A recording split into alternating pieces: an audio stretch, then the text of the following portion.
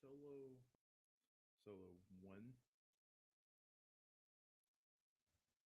Let's talk about some college football, shall we?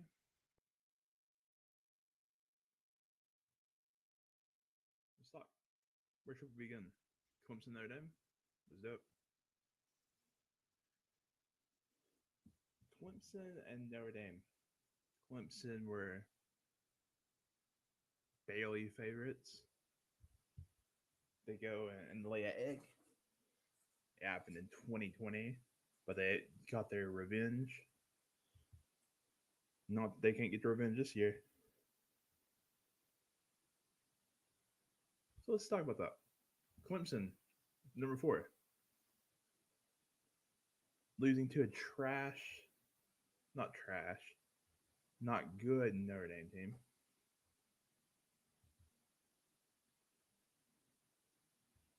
What can we say? Clemson just lost their hope for the college football playoff. I'll talk about that more on the podcast. If you guys don't know about the podcast, Two Dudes a Beer podcast, me and my brother Log Co. We talk about the big games and talk about next week's games. My point is, Clemson would likely not make the playoff anyway, even if they did have any hope.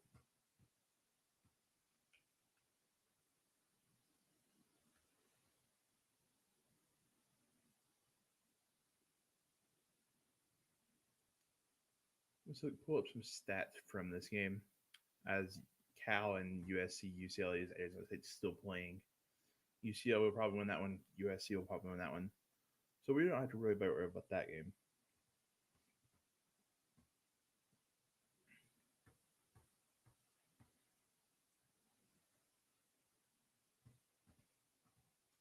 So Notre Dame, Drew Pond didn't really do much, right?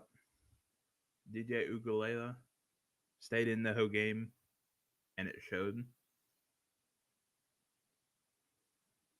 Let's look at the running backs. This is where the game was truly won for Notre Dame. Logan Diggs. Logan Diggs had 17 carries for 114. He had more than Clemson combined. Shipley had 63. Ugalele had 23, and Phil Maffa, whatever, had 20 or 11. That can't happen. Okay, then let's look. Audric Estime also had 100. Clemson was exposed on the ground today. They allowed Notre Dame to run wild. They had 263. You can't be letting that happen, first off. Ugalele, Cade Klubnik legit threw a pick on his first even attempt. So we can't even really say much about that one. Let me know if you guys think Clemson can make the playoffs or not. Me right now is saying no. But if it happened today, 2 upsets going to happen again. TCU, they play Texas next week. We won't talk about TCU. We'll talk about that on the podcast. But let's move to LSU. I don't have anything else to say about this game. This game was dominated by Notre Dame, it looks like. No, actually, no. Yeah, it was. 6 more minutes on the possession. Notre Dame just outplayed the crap out of Clemson. And that's simple. Let's talk about the Big Ten before we move to LSU and Bama. I love watching Bama and LSU play. Ohio State, Northwestern. Ohio State goes to Northwestern. Windy game. Very windy game. CJ Stroud struggles, gets outperformed by Sullivan. I think it's Brendan Sullivan. Can't be doing that if you're trying to be a Heisman winner. It was a very ugly game. They're lucky someone named Mayan Williams showed up. 26 carries, 111 for 2 touchdowns. They're lucky he showed up. Stroud had more yards on the ground than he did in passing. That says a lot. Evan Hull played great for Northwestern. There were certain times he just couldn't do crap, but it's one of those sloppy games you can't do nothing about. But in my eyes, Ohio State should drop. Should drop. They shouldn't. Michigan, Michigan ended up beating Rutgers 35-17 at 52-17. Once again, this game was close. This game was close for a half at least. So here's what happened here. Donovan Edwards and Blake Corum took over after Gavin Williams met the Kentucky boy. I can't bash him.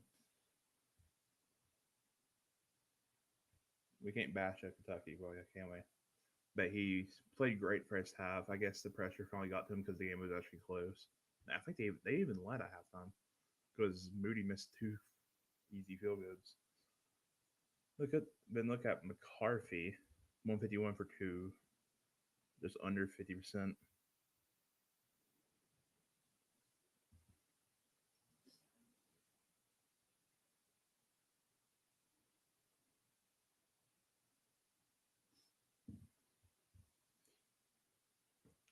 Honestly, the biggest difference in this game had to be Donovan Edwards. A combined 161 yards for 3 touchdowns. Made a big difference. Oh yeah, those bets were not the best. I only went 1-3 this week. I'll talk about that more, but I genuinely had some no faith in those picks. I'll be honest with you, and I'll explain why I had no faith in them on Friday next week. And now we'll talk about the actual game that I'm actually here for. Brian Kelly just pulled off the ballsiest win of his football career, at least at LSU. LSU at home is a different story. Jane Daniels, boom. That's all you need to know. That's how we won this game. 22 for 32, 182 and 2 touchdowns, and 18 carries, 95 yards, and a touchdown. Josh Williams got a 7 for 54. Did they miss a field goal? No, Will Richard was perfect on field goals. This game was honestly just won because both teams played great. Bryce Young did for that pick, though.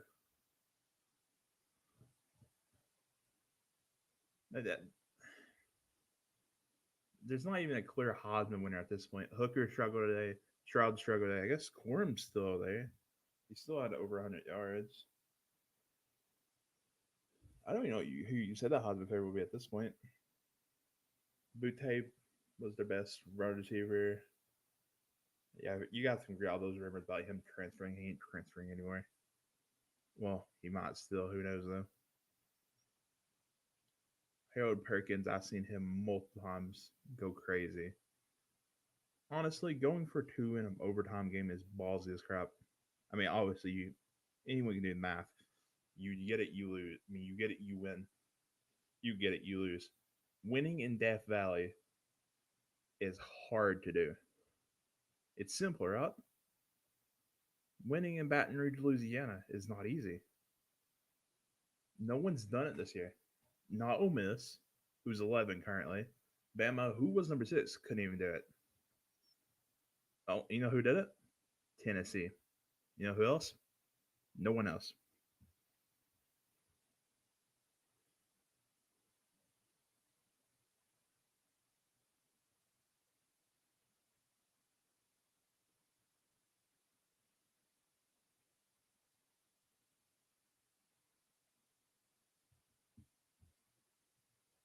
Let's see here. Did Georgia just catch Tennessee on an off day? Here, I'll get in that in a second. Let's finish up with LSU and Bama real quick.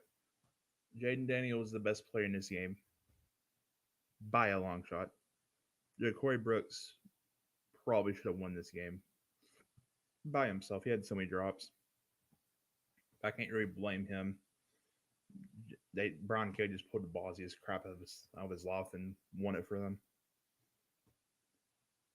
And now Benjamin Nash went on and said Did Georgia catch Tennessee on an off day? The short answer is no. Let me explain why. When you look at Stetson Bennett, 1725 for 257 and two touchdowns. Boom. Yes. Hendon Hooker, 23 for 33, 195 and an interception. Okay. Big difference there. When you turn into a rushing game, only one person over 20 yards on the Tennessee. That was Jalen Rye, obviously, with 69 and one touchdown. McIntosh, 52. Dejon Edwards, 46. I feel like Stetson Bennett had more than 13 yards, but the point the point still stands. Georgia was the better team on both sides of the ball.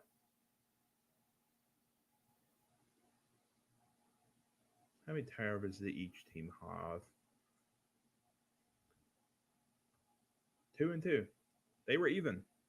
This was a competitive game. The difference was Georgia's defense. Georgia's defense showed it's still the best in the country. The SEC is still the best conference in the country because the best three teams all the best teams are smacking each other. LSU just smacked Bama, or didn't smack Bama. You know what I mean? Beat Bama.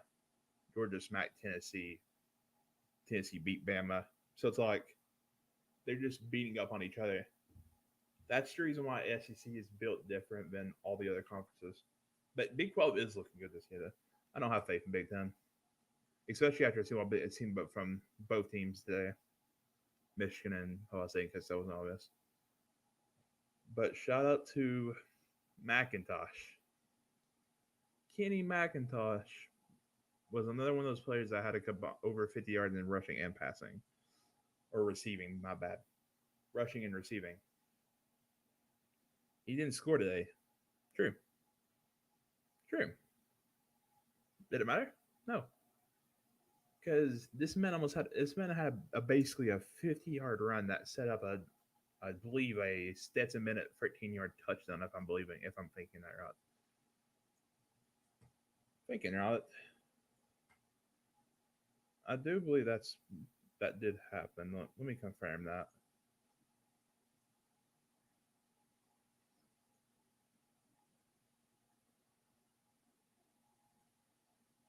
Okay, it set up a field goal. No, I didn't even do that.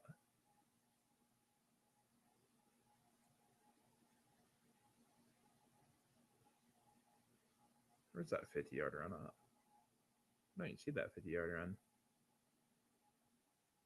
There it is.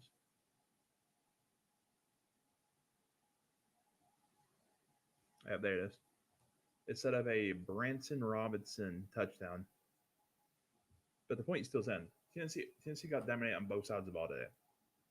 No doubts about it. They caused turnovers that Tennessee's offense could not do anything with Georgia's defense. Yeah, they lost like 7 or 8 pieces to the offense. And yeah, they lost Nolan Smith for the season. They just reloading, bro. They just reloading. So to answer the question, no. Georgia did not catch Tennessee on off day. They were outplayed,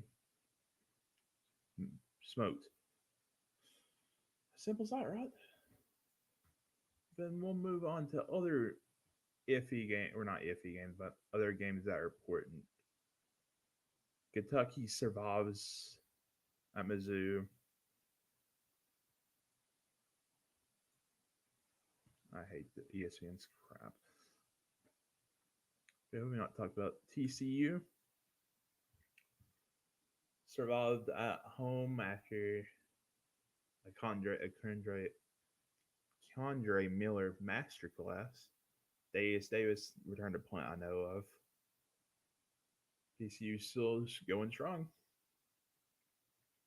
Texas takes down Kansas State after a kind of a Kansas State comeback. They went 17-3 in the second half. They just didn't have enough. Illinois lost to Michigan State. I had faith in that Illinois team, man. I think they'll still win a bowl game. They'll still go to a bowl game and probably win it. But Chase Brown still was a great today. So don't take anything away from him. North Carolina, Virginia. I feel like Drake May's still one of the best, still the best quarterback in the country right now. Hooker struggled. Stetson Bennett's, I would never say Stetson Bennett's best. 26 47 for 293 and 2 touchdowns. Drake May played great. Josh Downs also played great. They're out of zero. Get a gritty win on the road. Oklahoma State and Kansas. Oklahoma State didn't have Spencer Sanders. Kansas didn't have Jalen Daniels. Battle of backups. Jason Bean is this better than Garrett Ringle? And it showed 21.1. Group 5 games. Tulane, Tulsa. You guys know Mr. What's his name? Tajay Spears. Don't forget that name. It looks like he carried them 14 carries, 157 on touchdown. Ooh, Shady Clayton Johnson was also at 100. This was dominated on the ground. Yeah, Braylon Braxton just beat Michael Prout in the air for yards loss. Then UCF wins on the road in Simmons Bank Liberty Stadium in Memphis. Memphis scored every quarter. So it was actually 21-21 into the fourth. Then Kobe Hudson said, "That's enough." Let's see. Let's see. Let's look at this fourth quarter real quick.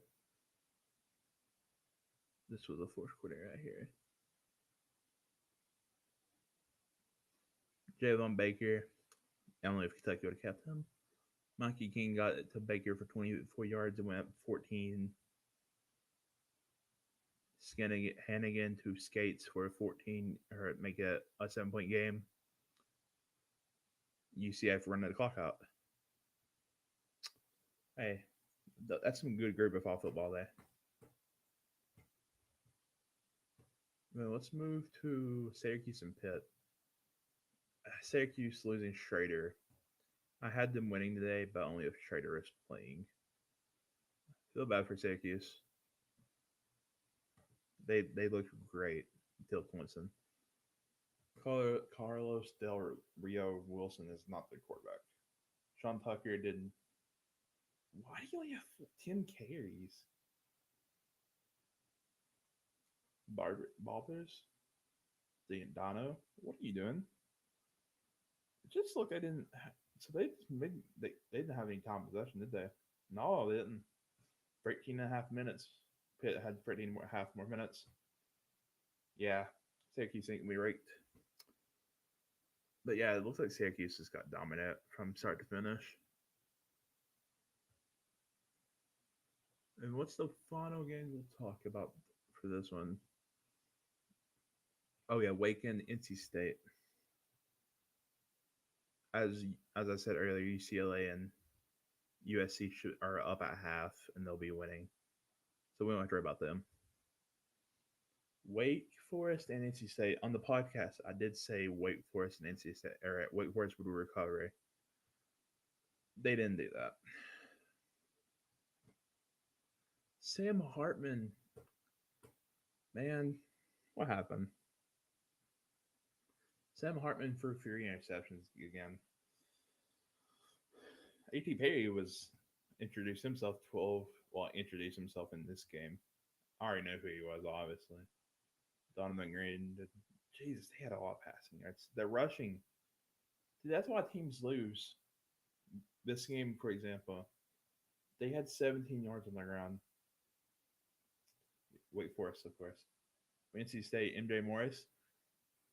You guys need to take the MJ Morris stock as soon as possible if you haven't already. On the podcast, I did pick Wake, yes. I did say keep an eye on MJ Morris. He's a goat. 1828, 210 yards, and 3 touchdowns with 19 Ks and 43 on the ground. He's great. He's a great freshman. He's a freshman. Probably who NC State should have started the season with, to be honest. Get him some reps early. The Tyre Thomas and Keon Lisson, those are great wide receivers that you want to have for a freshman. But let's look at the defense stats. Yeah, NC State's defense played so much better. 8 tackles for loss, 9 tackles for loss, 4 sacks, 7 pass selection free, 7 QB hurries for. Yeah, NC State's defense got to Wake Forest like Louisville's did last weekend. The other notable games that I won't talk about for long. My phone just died. But I won't talk about for long. Air Force beats Army in a gritty game like always. We love those Army military games over here. I had Air Force win in that game and they didn't. Let's get it.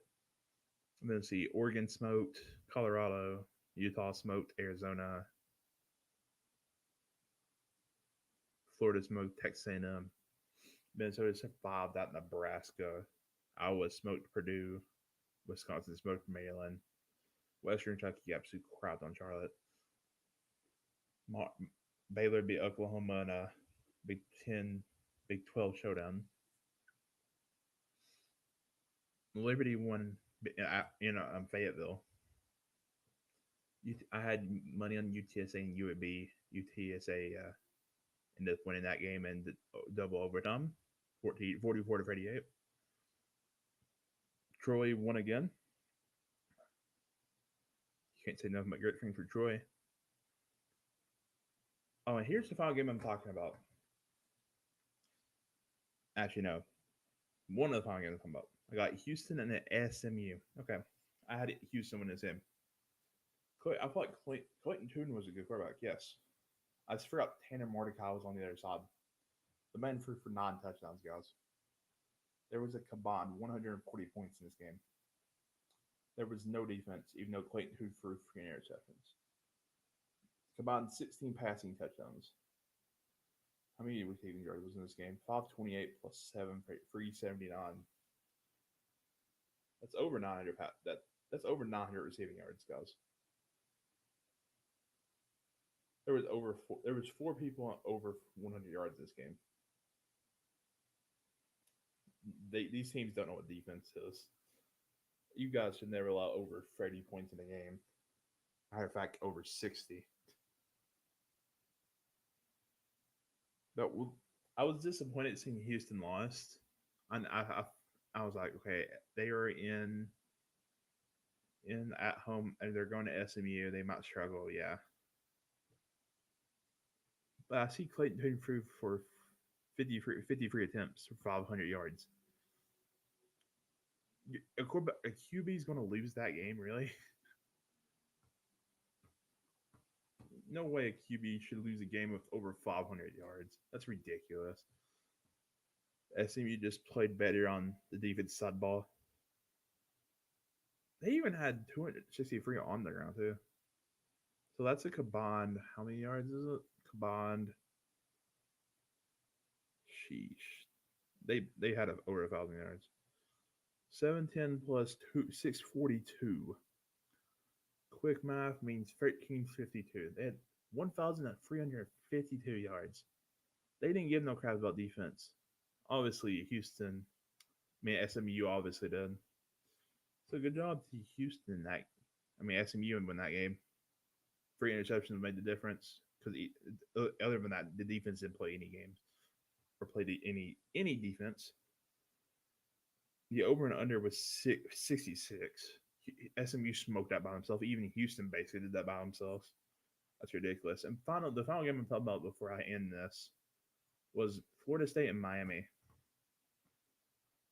I got pissed at Miami a few weeks ago when they had 8 turnovers versus Duke. I think I had a great reason to even wait for it versus Louisville. I got pissed about that for 2. They didn't turn the ball over as they did it 4 times versus Florida State. Jordan Travis started again. I had to expect her out. Trey Benson was great today as well, too. I didn't really watch this game because I was watching Bama and LSU. Obviously, this is they only scored a field goal, man. Oh my God, Miami's so bad. That's about mid in that conference. You know, Florida State's bowl eligible goes. Miami, there's no chance they're going to be bowl eligible this year. They can't. They can't score more than 3 points in Florida State, dude. Jordan Travis is still a top five quarterback in that conference. Jakari Brown was the quarterback today. Oh my God. Jakari Brown was their best quarterback today, and they still have two people that play a lot more in front of him. That's ridiculous. Yeah, I'm going back to video games. So I'll see you guys on the podcast on Friday or a reaction whenever I decide to do that again. So I'll see you guys later. Peace out, friends. Oh, wait, I forgot the end. I'm stupid. But thanks for stopping by, Ben.